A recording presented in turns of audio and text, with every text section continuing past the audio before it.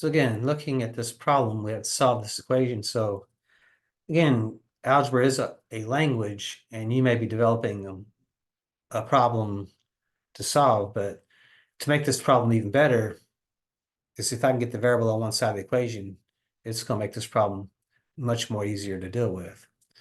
So to solve an equation like this, we have a system of steps that we can kind of abide by.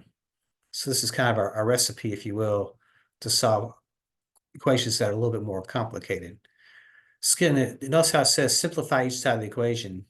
So if you look at the left side, there aren't any parentheses, and those are not like terms, so this is considered simplified. If I look at the right-hand side of the equation, 2y plus 15, it's also no like terms or parentheses, so that is simplified. So step one, there is nothing to do. But again, notice in step two, if the variable is on both sides, the strategy is to pick on the little guy using what's called a zero pair. So this is the strategy I want to try to model, is this strategy. I find it very useful.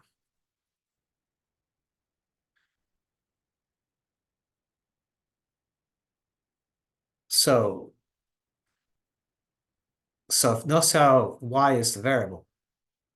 It's not on the same side of the equation. Now, between 6y and 2y, the 2y is considered the little guy. So what I want to do is zero out of 2y, and what I do is I use its opposite. So I put a negative 2y here, but I have to also put a negative 2y on their side of the equation like so. So then if I simplify, the 6y lose the 2y, gives me a 4y, minus 5 comes down. Over here, the 2y and the negative 2y will zero out, so I can drop it out of the problem. And that leaves me a 15 over here. And at this point, you have many options. You may be able to see the answer right now because, what minus 5 is 15? Well, this would have to be 20. Well, 4 times what is 20? Well, that would be a 5.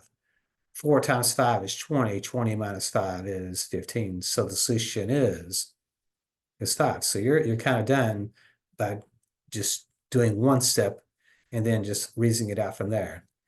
Now, if you want to continue using the steps up here, the next step is make the constant 0. So the constant is the term without the variable. So the negative 5 is called the constant. So what I want to do is make it a 0 pair. So the opposite of a negative 5 is a positive 5. So I add a 5 here as long as I add a 5 over here. So I can use strategies like this. So if I simplify, the 4y is going to come down.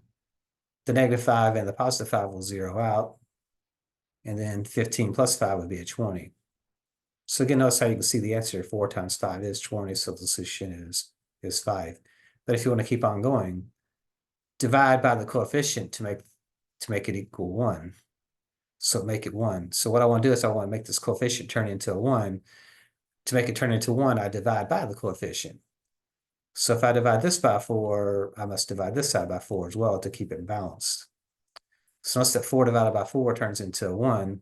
1y is y. 20 divided by 4 is 5. So our solution set would be a 5 in that problem. Again, if I want to check it, I could substitute 5 back into the problem.